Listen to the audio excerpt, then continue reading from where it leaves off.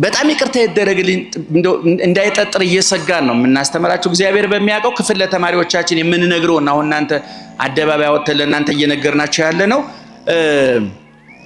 መጽሐፍ ቅዱስ ሐዲስ ኪዳን ልበል ሐዲስ ኪዳን በሉ እስኪ ምን አልኳችሁ? ሐዲስ ኪዳን መጽሐፍ ቅዱስ ውስጥ ያለው የሐዲስ ኪዳኑ ክፍል 27 ነው። እንደ 66 ዓለም ተስማመችበታል የሚለውን ማለት ነው። ከማቴዎስ ወንጌል እስከ ዮሐንስ ራእይ ድረስ ከማን ወንጌል እስከ ማን ድረስ? እስከ ዮሐንስ ራእይ ድረስ 27 መጻሕፍት ናቸው። እነዚህ 27 መጻሕፍት 8 ሰዎች ናቸው የጻፏቸው። ማቴዎስ 1፣ ማርቆስ 1፣ ሉቃስ 2፣ ዮሐንስ 5፣ አቤት ቅዱስ ጳውሎስ 14 ስንት 23 ጴጥሮስ 2 ያዕቆብ 1 ይሁዳ 1 ጠቅላላ ስንት ሆነ? 27 በመመናን ይሄ መድኃኒታችን የታዘዘበት የቤታችን ካርታ መድኃኒታችን የታዘዘበት የመድኃኒት ወረቀታችን የቤታችን ካርታ ያለበት ኮምፓሳችን ሁሉም መጽሐፍ ቅዱስ የመንግስተ ሰማያት ካርታ ነው። ምክንያቱም መንግስተ ሰማያት ከገባን በኋላ መጽሐፍ ቅዱስ አያስፈልግም። ወደዛ እስከምንደርስ ድረስ መቼም ጂፒኤስ ተጠቀማላችሁ አይደለም? ምን እስከምታደርጉ ጂፒኤስ የሚያገለግለው ቦታው እስከምትደርሱ ነው አይደለም? ከደረሳችሁ በኋላ ምን ታደርጉላላችሁ? ኦፍ ታደርጉታላችሁ። እኛም ክርስቶስን ካገኘን በኋላ መጽሐፍ ቅዱስ ኦፍ እናደርገዋለን። ከወረቀት ጋር ጉዳይ የለም። ባለቤቱ ዋናውን አግኝተነዋል። እንደውም ሄኖክ የሚለው ምንድነው? የሰው ልጅ እንደውም እግዚአብሔር ጋር ለመኖር ተፈጥሮ እስመ የተፈጥረ ሰብ ለዚህ ከመዝ ከማያጽሙ ሃይማኖቱን በበረቅ ወበቀለም የሰው ልጅ ሃይማኖቱን በወረቀት እየጻፈ በክርታስ እየከረተሰ ሊኖር አልተፈጠረም። ራሱ መጽሐፍ ነበረ፣ ግን ራሱን አዋርዶ እምነቱን ከወረቀት ራሱ የሚፈልግ ለክደት የተጋለጠ የዲያብሎስ መጫወቻ ሆነ ብሏል ሄኖክና። እንግዲህ ቅድም እንዳልኳችሁ የሐዲስ ኪዳን መጽሐፍ ስንት ናቸው አልኳችሁ? 27። አሁን እነዚህ 27ቱን መጻሕፍት ምእመናን 8 ሰዎች ናቸው የጻፉት። 8 ሰዎች የጻፉት እንጂ በቦታ በጊዜ በቋንቋ ተለያይተው ነው የጻፉት። ልብ አድርጉ። በቦታ በተለያየ ሀገሩ ነው የጻፉት። በቋንቋ በተለያየ ቋንቋ ነው የጻፉት። በጊዜ በተለያየ ዘመን ነው የጻፉት። ነገር ግን በተለያየ ቦታ በተለያየ ዘመን በተለያየ ቋንቋ ቢጽፉትም አጻፊው አንድ መንፈስ ቅዱስ ስለሆነ የ27ቱ ሁሉ መጻሕፍት 8ቱ ጸሐፍት የጻፏቸው 27ቱ ሁሉ መጻሕፍት ስለማን ነው የሚናገሩት? ስለ ኢየሱስ ክርስቶስ ነው። ይሄን ለማለት የፈለኩት ለምንድን ነው? ከ27ቱ አንዱን ብቻ አንጠልጥለን ማመን መካድም አንችልም። አሁን ብዙ ጊዜ የመናፍቃን ችግራቸው ምንድነው? ሮሜ 8:34ን ነጥቀው ሄዱ። ልላቸው የፈለኩት ምንድነው? አንዱ መጽሐፍ ላይ ስታገኙ ቆይ እስቲ ቅዱስ ጳውሎስ በዚህ ጉዳይ ይሄን ተናገረ እንዴ? ማቴዎስስ ምን ብሎ ይሆን? ሉቃስስ ምን ብሎ ይሆን? ማርቆስስ ምን ብሎ ይሆን? ዮሐንስ ለምሳሌ አንድ ነገር ልንገራችሁ። በማቴዎስ ወንጌል ምዕራፍ 28 ቁጥር 19 ላይ ኢየሱስ ክርስቶስ እንዲህ ብሎ ተናገረ። ወእንዘ ታጠምቅወሙ በሉ በስመ አብ ወወልድ ወመንፈስ ቅዱስ። በአብ በወልድ በመንፈስ ቅዱስ ስም እያጠመቃችሁ ደቀ መዛሙርቴ አድርጓቸው። በማን ስም አጥምቋቸዋል? በአብ በሉ በአብ በወልድ በመንፈስ ቅዱስ ስም አጥምቋቸው። ስለዚህ ዛሬ ቤተክርስቲያን መጥቶ የ40 የ80 ቀን ህፃናት መጥተው ከዛም በላይ ትልልቅ ሰዎች መጥተው ሲጠመቁ ክርስትና ሲነሱ በማን ስም ነው የምናጠምቃቸው? በአብ በወልድ በመንፈስ ቅዱስ ወይ ስንጠቀልለው በስላሴ ስም ነው የምናጠምቃቸው። በአብ በወልድ በመንፈስ ቅዱስ ስም አጥምቋቸው ብሎ ያዘዘው ራሱ ኢየሱስ ክርስቶስ ነው። ምእመናን ማን ያዘዘው? ከአብ ከወልድ አብ ወልድ መንፈስ ቅዱስ ከሶስቱ አንዱ ወልድ ማለት ነው። በእኔ በአባቴና በመንፈስ ቅዱስም አጥምቁ እስከ ዓለም ፍጻሜ እኔ ከናንተ ጋር ነኝ ብሎ የዛሬ 2000 ዓመት ተናግሯል። ዛሬ መምህር ገብረ ማርያምና መምህር ወልደ ማርያም ሲያጠምቁ የዛሬ 2000 ዓመት የነበረውን የክርስቶስን ቃል እየፈጸሙ ነው። ምክንያቱም ክርስቶስ እስከ ዓለም ፍጻሜ ከናንተ ጋር ነኝ ማለት ከጴጥሮስ ከጳውሎስ ጋር ብቻ ማለት አይደለም። ከኛም ጋራ እዚህ ያሉ ካህናት ራሳቸው የጴጥሮስ የጳውሎስ የሐዋርያት ወራሾች ስለሆኑ ማለት ነው። ስለዚህ ኢየሱስ ክርስቶስ አሁን በማን ስም አጥምቋቸው አለ? በአብ በወልድ በመንፈስ ቅዱስ አጥምቋቸው አለ። ስለዚህ በዚህ ምንባብ መሰረት ሰው መጠመቅ ያለበት በማን ስም ነው? በአብ በወልድ በመንፈስ ቅዱስ ስም ነው አይደለም? ማን ያዘዘው ብያቸዋለሁ? ራሱ ኢየሱስ ክርስቶስ። የጻፈው ማን ነው? ማቴዎስ በምዕራፍ ስንት? በምዕራፍ 28 ቁጥር 19 ላይ ይሄን ትምህርት ሲሰጥ እዛው ካጠገቡ የነበረው በጆሮው የሰማ በዓይኑ ያየ በእጁ የዳሰሰ ፊት ለፊት ተቀምጦ የሰማው በጎችን ጠብቅ፣ ግልገሎችን ጠብቅ፣ ጠቦቶችን ጠብቅ ተብሎ ሹመት የሰጠው የመንግስተ ሰማያት ቁልፍ የተሰጠው በምድር ያሰርከው በሰማይ የታሰረ ይሆናል፣ በምድር የፈታው በሰማይ የተፈታ ይሆናል ተብሎ ምስጢር የተሰጠው ሹመት ስልጣን የተሰጠው ቅዱስ ጴጥሮስ እዛው ቦታ ላይ ነበር። ማን ሲያስተምር? ክርስቶስ። ምን ብሎ ሲያስተምር? በአብ በወልድ በመንፈስ ቅዱስ ስም አጥምቋቸው ሲል እንደገና ራሱ ቅዱስ ጴጥሮስ ይህን ትምህርት የሰማው የጌታውን ትምህርት የሰማው ቅዱስ ጴጥሮስ ኢየሱስ ክርስቶስ ሙቶ ተነስቶ ካረገ መንፈስ ቅዱስን ከላከላቸው በኋላ በመንፈስ ቅዱስ ተቃኝተው ተለውጠው ተቀይረው ቋንቋ ተገልጦላቸው ምስጢር ተገልጦላቸው ያረጀ አይምሯቸው ታድሶ ፈሪ ልቦናቸው ጀግኖ ተቀይረው ተለውጠው ሲያስተምሩ በኢየሱስ ንስሐ እየገባችሁ በኢየሱስ ክርስቶስም ተጠመቋል። ደህና ዋላችሁ። በማን ስም ተጠመቋል? ማን ያለው? ማን ያለው? ጴጥሮስ። ቅድም ግን የተባለ ክርስቶስ ያስተማረ ምን ብሎ ነው? በማን ስም አጥምቋቸው አለ? ስለዚህ በማን ስም እንደ ክርስቶስ ትምህርት በማን ስም መጠመቅ አለብን? በአብ በወልድ በመንፈስ ቅዱስ መጠመቅ አለብን ማለት ነው። በማቴዎስ ወንጌል ላይ ከ27ቱ መጻሕፍት አንዱ የማን ወንጌል ነው? የማቴዎስ ወንጌል ነው። ልብ አድርጉ። ሌላ ቅዱስ ጴጥሮስ ደግሞ እንደገና ንስሐ እየገባችሁ በኢየሱስ ክርስቶስም ተጠመቁ አለ። ይሄ ትምህርት የተለያየ ነው አይደለም? ሐቁን ነገር ግድ የላችሁም፣ አይዟችሁ። ላብራራው ስለሆነ ነው በሉ። አልተለያየም። ልድገመው ጥያቄውን። ክርስቶስ በማን ስም አጥምቁ አለ? ቅዱስ ጴጥሮስ በማን ስም ተጠመቁ አለ? ስለዚህ የጴጥሮስ ነው የክርስቶስን ትምህርት ነው መያዝ ያለብን። አቤት ሁለቱም የት ነው ያለው? መጽሐፍ ቅዱስ ውስጥ ሁለቱም የት ነው ያለው? ቅድም ስንት መጽሐፍ ቆጠርን? ከ27ቱ አንዱ ማቴዎስ በማን ስም አጥምቁ አለ ክርስቶስ? በአብ በወልድ በመንፈስ ቅዱስ ስም። ሌላ ሉቃስ ስንት መጽሐፍ ጽፏል ብያቸዋለሁ? ሁለት ብያቸው። አንዱ ወንጌል ነው፣ አንዱ የሐዋርያት ሥራ ነው። አሁን የጴጥሮስን የጠቀስኩላችሁ ከሐዋርያት ሥራ ምዕራፍ 2 ቁጥር 37 ላይ ነው። አሁን ይሄ እርቅ የሚባል አለ። ምእመናን ሰው ሲጣላ የሚያስታርቅ ሰው አለ አይደል? ዛሬ እንኳን የሚያስታርቅ የለም፣ ታውቁታላችሁ። ላስታርቅ ሄዶ ሰውየው እንኳን መጥፎ ነው ግን አብራችሁ ብትኖር እኮ ጥሩ ነው አላሉ ሽማግሌው። ከሰውየው ቂም አለው አሉ። ባልና ሚስት ሊያስታርቅ ሄዶ እኮ ነው። ሰውየው አውሬ ነው፣ እንዴት እሱ ጋር እንደኖርሽ አላውቅም፣ ግን እስቲ አብራችሁ ኑሩ። አሁን የሰው ሰዓት ለኩሶ አንድ ዶነ የመጣው የዛሬ ሽማግሌ አስታርቅ ብል ነገር አጣሞ ይመጣል ይላሉ አባቶቻችን። መጻሕፍትም እንደ ሰው ይጣላሉ እያልኳቸው ነው። ልክ አበበና ከበደ ተጣልተው በቦክስ ጥርስ እንደሚራገፉት ሁሉ መጻሕፍት ደግሞ እርስ በርሳቸው ይደባደባሉ። አስታራቂያቸው ማን ነው ሲባል ሊቃውንት ናቸው፣ መምህራን ናቸው። እየሰማችሁ ነው? መምህራን ናቸው። መጻሕፍት አስታራቂ ሽማግሌዎቻቸው ሊቃውንት ናቸው። በቤተ ክርስቲያናችን እንደው አሁን እዚህ ላይ እንደው የኛን ክፍል የምንማረው የምናስተምረው አምጥተን ብንደፋባችሁ እንደው አጨብጫቢ ሆናችሁ እንጂ አዋቂ ሆናችሁ ስለማትሄዱ ነው እንጂ ብዙ ጉድ ነበር፣ ብዙ ምስጢር ነበር። ለባጭሩ ግን መጻሕፍት አሁን የቅድሙ የሁለቱ ቃላት ተጣልቷል አልተጣሉም? ሰምታችሁኛል? ተጣልቷል አልተጣሉም? አንደኛው ምን አለ? ባለቤቱ ምን አለ? እሺ ጴጥሮስ ምን አለ? ስለዚህ አሁን ሁለቱም ውሸት ነው እንዳንል ሁለቱም የት ነው ያለው? መጽሐፍ ቅዱስ ከዮሐንስ ከኦሪት ዘፍጥረት እስከ ዮሐንስ ራእይ ድረስ እውነት ነው ሐሰት? ልክ ነው አይደለም? የማን ቃል ነው?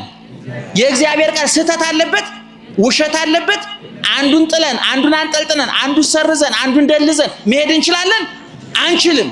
ስለዚህ ያለው አማራጭ ምንድነው? ሁለቱን የተጣሉ የሚመስሉ ቃላት ምን ማድረግ ነው? ማስታረቅ ነው። ክርስቶስ ለሐዋርያት ሲያስተምር የሞትኩኝ የተሰቀልኩኝ እኔ ነኝ፣ በእኔ ብቻ ስም አጥምቁ አላለም። አባቴ ያለ የባህሪ አባቴ እኔ ያለው መንፈስ ቅዱስ አለ።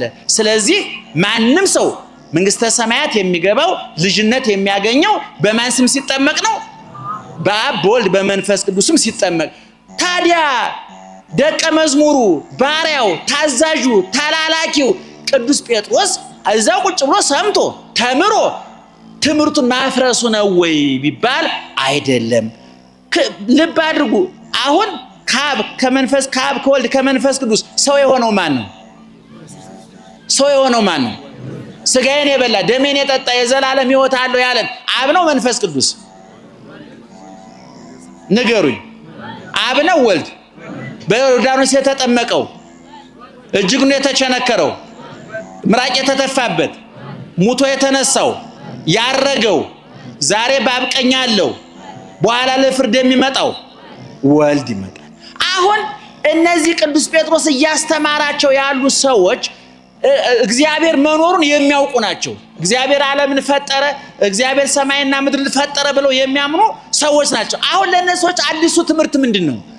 ኢየሱስ ክርስቶስ ሰው ሆኗል፣ ስጋ ለብሷል፣ ቃል ስጋ ሆኗል። በመጀመሪያ ቃል ነበረ፣ ቃል በእግዚአብሔር ዘንድ ነበረ፣ ቃልም እግዚአብሔር ነበረ፣ ሁሉ በሱ ሆነ፣ ያለሱ የሆነ ምን የለም ተብሎ የተነገረለት ሰማያዊ ቀዳማዊ አልፋና ኦሜጋ ርዕስ ወማይለቅ ፊተኛና ኋለኛው ሰማይ ዙፋኑ ምድር የእግሩ መረገጫ የሆነችለት እግዚአብሔር ወልድ አሁን ሰው ሆኖ ስጋ ለብሶ ሙቶ ተሰቅሎ አድኗቸዋል። ስለዚህ በኢየሱስ ክርስቶስም ተጠመቁ ማለት ምንድነው? ስሙ ሕይወት መድኃኒት እንደሆነ አውቃችሁ ማለት ነው። ደህና ዋላችሁ? እየሰማችሁ ነው? አሁን ቅዱስ ጴጥሮስ በማን ስም ተጠመቁ አለ? ኢየሱስ ክርስቶስ ስሙ ምንድነው ብያችኋለሁ? ሕይወት ነው። ከስሙ ወጸገወ ስመ ዘይአቢ እማስማቲሆሙ ከስሞች ሁሉ የበለጠ ምን ሰጠው ይላል? ስም ሰጠው ይላል። የገብርኤል ስም፣ የሚካኤል ስም፣ የድንግል ማርያም ስም፣ የጊዮርጊስ ስም አንድ ላይ ቢጨፈለቅ ይህን ስም አይተካም። ይሄ ስም ዘላለማዊ ስም ነው። ይሄ ስም ፈዋይ ስም ነው። ይሄ ስም የኛ ስም ታውቁታላችሁ። ከጊዜ ብዛት እየከሸፈ የሆነ ጊዜ ሀብታሙ የተባለ ሰውዬ እኮ የኔ ቢጤ ሊሆን ይችላል። መድኃኒት የተባለ ሴትዮ ለራሷ በበሽታ የምትማቀቅ ቁልቱን ትችላለች። ወይዘሮ ፀሐይ ተብለው ሴትዮዋ ጥቁር ሊሆኑ ይችላሉ። ብርሃኑ ተብሎ አይነ ስውር ሊቀ ብርሃናት ብለውት አንድ አይነ ስውር ነው ሰውየውና ሊቀ ብርሃናት አሉ። የብርሃናት አለቃ ማለት እኮ ነው። ሰውየው አይነ ስውር ነው አሉ። ያረባ ካብሮ ሄደ በጥባጩን መላከ ሰላም አሉት አሉ። አረ የለም መላከ ሰላም አይባልም፣ መላከ ጸብም አይባልም፣ ያጣላል። መላከ ሰላምም መጥቶና አሁን የክርስቶስ ስም ምትክ አልባ ነው። እየሰማችሁ ነው የሚመና ይሄ ስም ውድ ስም ነው፣ ሕያው ስም ነው። ከሰማይ በታች እንድንድንበት የተሰጠ ሌላ ስም አለ? በደንብ ንገሩኝ። አለ? የለም፣ በፍጹም የለም። ኦርቶዶክሳዊ ተዋሕዶ ቤተክርስቲያን ይሄን ስም በምንም ተክተው አታውቅም። ይሄ ስም የሐዲስ ኪዳን ስም ነው፣ የድህነት ስም ነው፣ የስጋዌ ስም ነው። መቼ የተሰጠ? ቃል ስጋ ሲሆን ከእመቤታችን ሲዋድ እመቤታችን እንደ ቃል ይደረግልኝ ስትል ጸነሰች ነው የምንለው አይደለም? ስትጸንስ ቃል በማን ማህፀን አደረ? በድንግል ማርያም ማህፀን አደረ። ከስጋዋ ስጋ ነሳና ተጸነሰ። መድኃኒታችን ያን ጊዜ ተጸነሰ ማለት ሲወለድ ልክ እመቤታችን ስትወልድ እናንተ ለልጆቻችሁ ስም እንደምታወጡት ምን የሚል ስም ወጣለት? ኢየሱስ የሚል ስም ወጣለት። ክርስቶስ የሚል ስም ወጣለት። ይሄ ስም አዲስ ስም ነው። ከስጋ ጋር የተዋሃደ ሰው የሆነ የተራበ፣ የተጠማ፣ የተቸነከረ፣ የተሰቀለ፣ የተገነዘ፣ የተቀበረ፣ የተነሳ፣ ያረገ መልሶ የሚመጣ በስሙ የኃጢአት ስርየት የተሰበከበት ስሙ ዳቦ ነው ይበላል፣ ስሙ ውሃ ነው ይጠጣል፣ ስሙ ልብስ ነው ይለበሳል፣ ስሙ ብርሃን ነው ጨለማ ይገፋል፣ ሕይወት ነው ሞትን ይሽራል፣ ትንሣኤ ነው መቃብርን ባዶ ያስቀራል። ስለዚህ ቅዱስ ጴጥሮስ ምን አለ?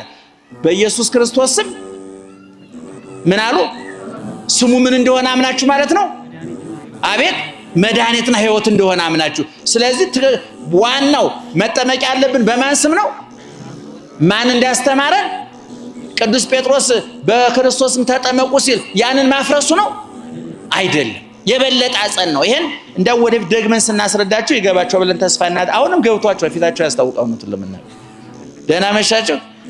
እንግዲህ ቅድም እንደተባለው አሁን ሮሜ 8:34 ላይ ሁሉ ጊዜ የሚጠቀጥ ስለኛ የሚማልደው የሚል እንደው በጣም ከመስማታችን የተነሳ ወጥ እጅ ሲነካው ምን አለ ነው የሚባለው? ይሄ ጥቅሱ በጣም ከመደጋገሙ ጆሮ አለ እንዴ? ጆሮ አለ የሚባለው የሆነ ወሬ ሲደጋገም እኮ ጆሮ አለ መባል አለበት አይደለ? እንደ መንገድም ሲበዛ ግርግር አለ መባል አለበት። ሁሉም እኮ አለ። አሁን በጣም ተደጋግሞ ተጠቀሰ። ቅዱስ ጳውሎስ ይሄን ማለቱ ምን ማለት ወደ ኋላ እኮ ተናገረ። 31 ጀምራ ነው ውስጥ ህሊና ያያል ውስጥ እንግዲህ ስለዚህ ነገር ምን እንላለን? እግዚአብሔር ከኛ ጋር ከሆነ ማን ይቃወመናል? ለገዛ ልጁ ያራራለት ነገር ግን ስለ ሁላችን አሳልፎ የሰጠው ያው ከእርሱ ጋር ደግሞ ሁሉን ነገር እንዲያው እንዴት አይሰጠንም? እግዚአብሔር የመረጣቸውን ማን ይከሳቸዋል? የሚያጸድቅ እግዚአብሔር ነው። የሚኮንንስ ማን ነው? የሞተው ይልቁንም ከሙታን የተነሳው በእግዚአብሔር ቀኝ ያለው ደግሞ ስለኛ የሚማልደው ክርስቶስ ኢየሱስ ነው። የሚያጸድቅ እግዚአብሔር ነው። የሚኮንን ማን ነው?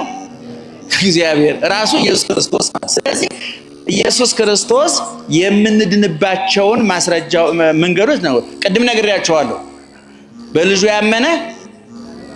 በልጁ ያመነ ስጋዬን የበላ ደሜን የጠጣ ያመነ የተጠመቀ በደቀ መዝሙር የስም ቀዝቃዛ ውሃ ያጠጣ ዋጋው በኋላ ደግሞ ራሱ ባለቤቱ ስመጣ ብሏል። እንደው በእውነቱ ሐዋርያ ያልተናገረው ነብይ መልአክ ራሱ ባለቤቱ የተናገረው ምንድነው ያለን? በኋላ ስመጣ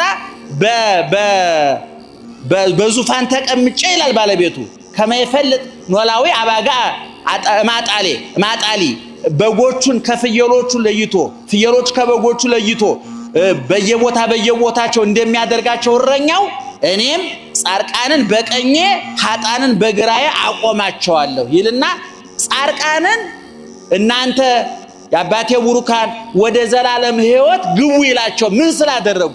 የተራበ ጮክበር የተራበ የተጠማ የተራቆተ እንግዳ የታሰረ የታመመ ስለጠየቁ ምን እላቸዋለሁ አለ? ወደ ዘላለም ሕይወት ግቡ እላቸዋለሁ። ይሄንን ሲያደርግ ቆይ ለአባቴ ነግሬ አስገባቸዋለሁ ብሏል? ንገሩኝ። ለአባቴ ነግሬ አስገባቸዋለሁ ብሏል አላለም። እንደገና በሉቃስ ወንጌል ምዕራፍ 23 ቁጥር 46 አካባቢ ስታነቡ ኢየሱስ ክርስቶስ እንደዚህ ተሰቅሎ ሳለ መሃል ላይ ክርስቶስ በቀኝ አንድ ወንበዴ በግራ አንድ ወንበዴ ተሰቅለው ነበር። በግራ የተሰቀለውን ታውት ራሱን የረሳ ነው፣ እኛ ልናስታውሰው አንችልም።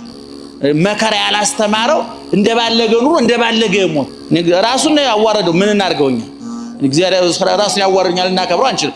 በስተቀኝ የተሰቀለው ግን ምን አለ? አየ ታምራት ይደረግ። ጠላቶቹ ይሰድቡታል፣ እሱ ግን የሚያደርጉትን አያውቁምና ይቅር በላቸው ይላል። ጠላቶቹ ይሳደባሉ፣ ይጮሃሉ፣ እጁን ይቸነክራሉ፣ እግሩን ይቸነክራሉ፣ ውር ይላሉ። መዶሻውን አንጣ ሚስማሩን አንጣ እየተባሉ የመከራ ማዕት ያወርዱበታል ክርስቶስ ላይ። ክርስቶስ ግን መልሶ ምን ይላል?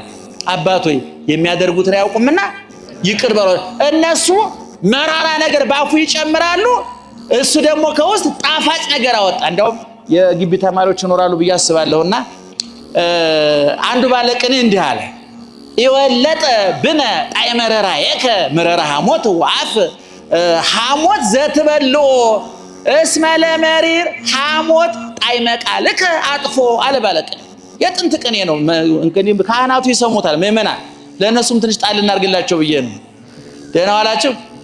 ምን ማለት መሰል ለእናንተ ልተርጉምላችሁ። ጌታ ሆይ አለ የወለጠ ብነ ጣዕመ ረራየከ አይሁድ ያበሉ ኮምጣጤ ያጠጡ መራራ ሐሞት ያንተን ጣፋጭነት አልለወጠብንም።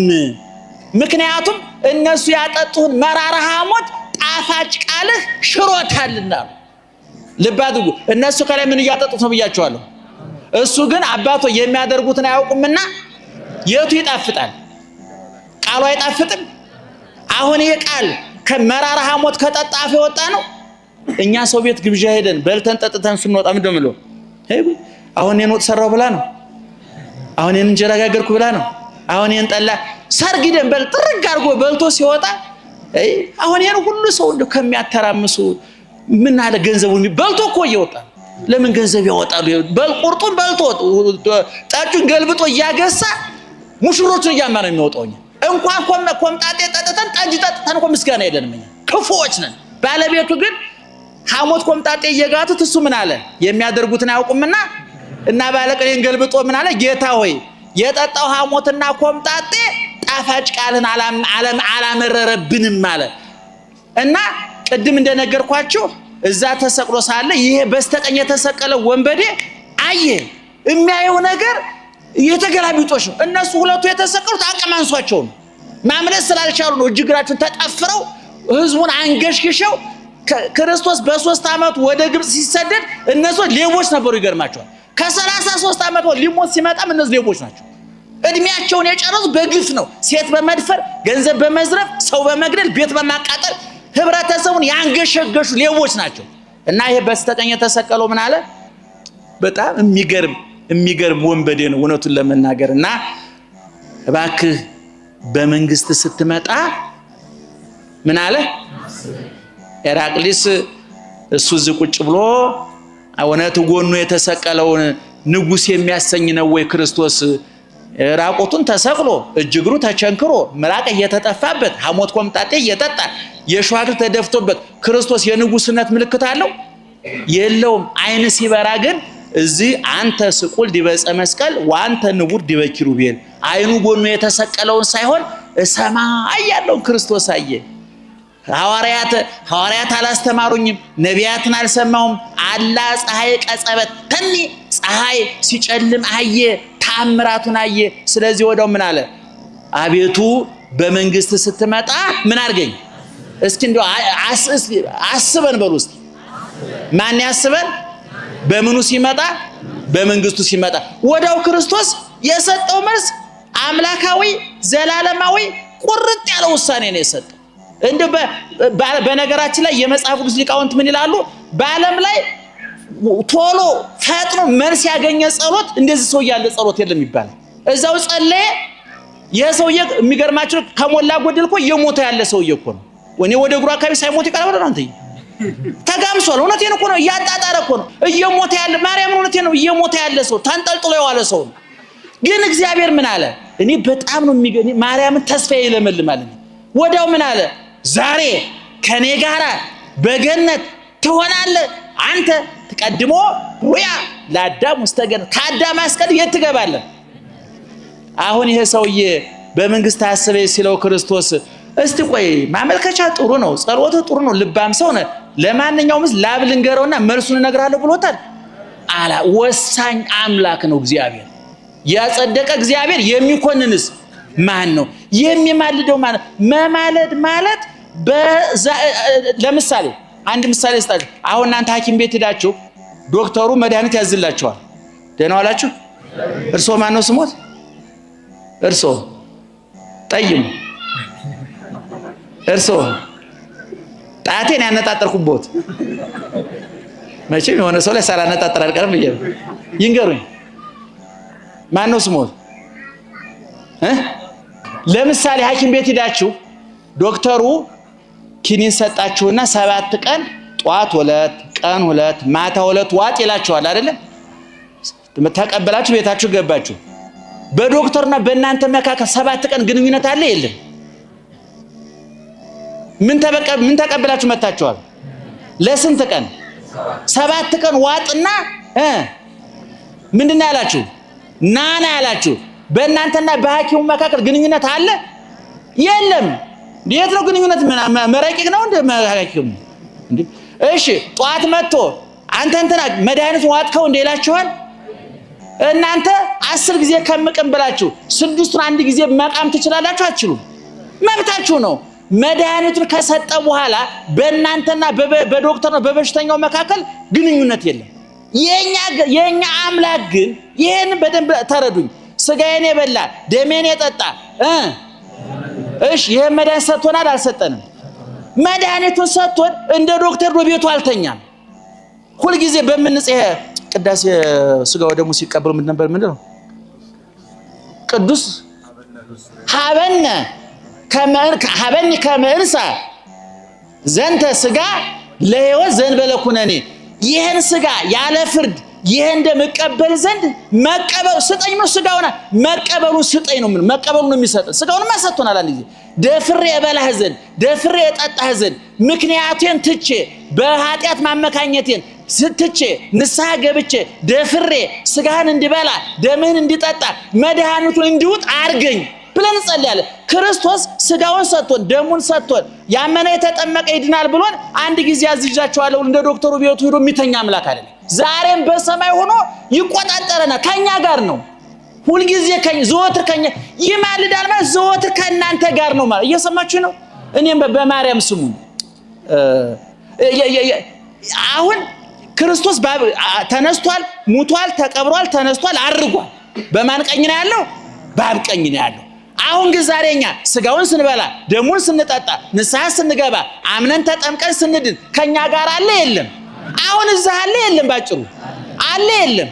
ስለዚህ መድኃኒቱን ብቻ ሰጥቶ ቤቱ ተኝቷል አልተ የሐኪሞች ጠባይ ነው። ምናልባት አንተ ዶክተሩ ላንተ መድኃኒት ሰጥቶ የሆነ ቦታ እኮ ሰፍሮ ሊሆን ይችላል ወይም ራሱ ታሞ እየማቀቀል ምን ታውቃለህ አንተ? ምንም መረጃ የለም። ይሄኛው መድኃኒት ግን ከዶክተሩ ጋራ ግንኙነት ብቻ ሳይሆን ተዋህደነዋል። ስጋዬን የበላ ይላል እንደውም እዛው ላይ ስጋዬን የበላ ደሜን የጠጣ እኔ ከሱ ጋር ሆናለሁ እሱም ከኔ ጋር ምን ይሆናል? ይዋሃዳል ነው የሚለው። ስለዚህ ዘወትር ከእናንተ ጋር ነው ጧት ማታ ማለት ነው።